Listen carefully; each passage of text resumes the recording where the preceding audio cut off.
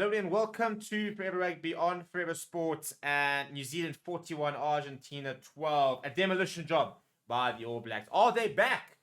Tell you what, for a good sort of 25 to 30 minute period, they looked as good as they've ever looked. And having said that, Argentina at one stage also looked as bad as they've ever been.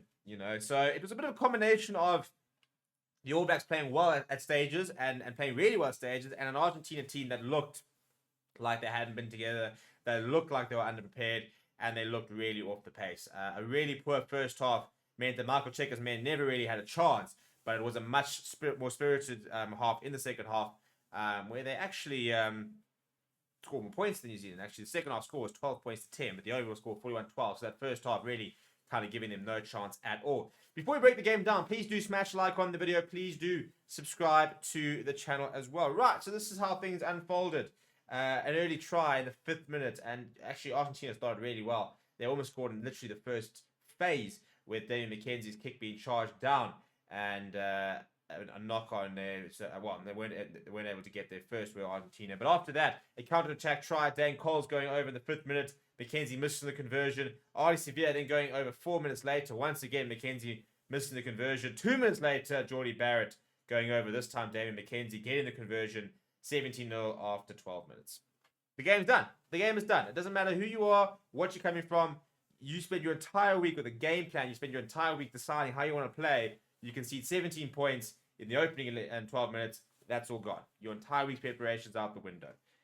Rico Awani then scored in the 29th minute. McKenzie adding the extras. And then on the brink of half-time, Aaron Smith as well. So, 29 points, 31 points to 0.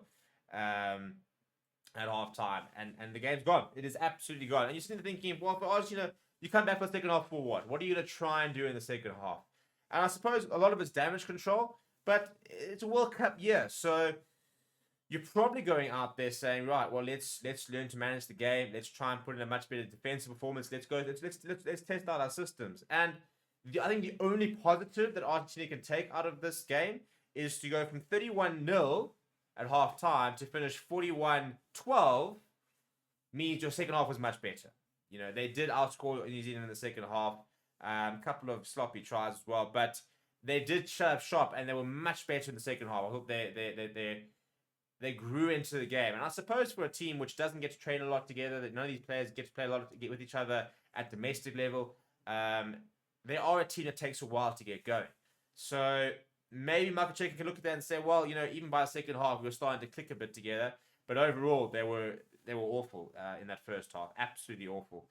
The second half, we had Sordoni going over in the 52nd minute. Buffetti missing the kick. However, then Beauden Barrett replied before, once again, Argentina hit back through Augustin Creevy. Actually, it was Moni Narawa. He got his first try on debut before Creevy got the last try in the last minute there. So if you look at the stats, 51% for the All Blacks, territory 49-51. Territory is pretty easy. 7 tries to 2. You can't be conceding 7 tries, but the discipline was the biggest issue for Argentina. We'll look at those stats in just a second. Defenders beaten. Argentina actually beat more defenders than New Zealand. New Zealand had more clean breaks. Argentina had more game line carries. Same amount of offloads. Turnovers were pretty even. Kicks from hand were pretty even. But let's look at the discipline, shall we? If you look at the tackles before we do, 82% from Argentina, 106 from 129, 81% from New Zealand, 107 from 132. Goal kicking was pretty poor from both sides. The line success, Argentina losing 3 lineouts, New Zealand losing 2, and Argentina scrum was absolutely demolished. So I think that's where the All Blacks will be probably the most happy. The set piece looked pretty good. The lineouts were working quite well, and their scrum was dominant. And I've been quite critical of the scrum, saying, they need to start dominating teams. Well, today they absolutely did dominate that Argentina pack. Argentina's conceded, I think, 13 penalties in total, 10 of which were in the first half, or 9 of which in the first half. That's mental. You can't win a game if you're going to see 9 penalties in the first half. New Zealand conceded 7 penalties in total over the 80 minutes, and Argentina's conceded 9 in the first 40. They also had a yellow card, which didn't help their cause. If you look at some individual performances, Beauden Barrett, plenty of running, 77 meters gained, 3 defenders beaten, a try, assist, an offload, a try as well. Damian McKenzie played really well. Be interesting to see if he starts next weekend. If he does, will he start fullback? Will he start fly half? It was interesting to see that dynamic. Beauden Barrett when Argentina had the ball and defensively and inside their own half, often operated at first receiver. And then when they had the ball inside Argentina attack and they were in the sort of the attacking phases, David McKenzie sort of coming into that first receiver role. So it's quite interesting to see how that sort of changed. Jordy Barrett, man of the match, deserved. One of the best games I've seen him play. To have 2 defenders beaten, 11 passes, 2 offloads, a clean break, a try, 14 tackles, just the 2 missed, 3 turnovers, 1 as well.